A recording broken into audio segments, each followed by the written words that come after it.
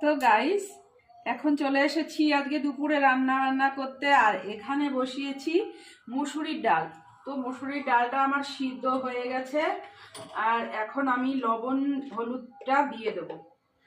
তো আমি অলরেডি লবণটা দিয়ে দিয়েছি, আর এখন হলুদটা দিয়ে দিলাম, আর দিচ্ছি টমেটো আর কাঁচা লঙ্কা চেরা। আর এই যে একদম টাটকা পেঁয়াজকলি, তো আলু দিয়ে পেঁয়াজকলিটা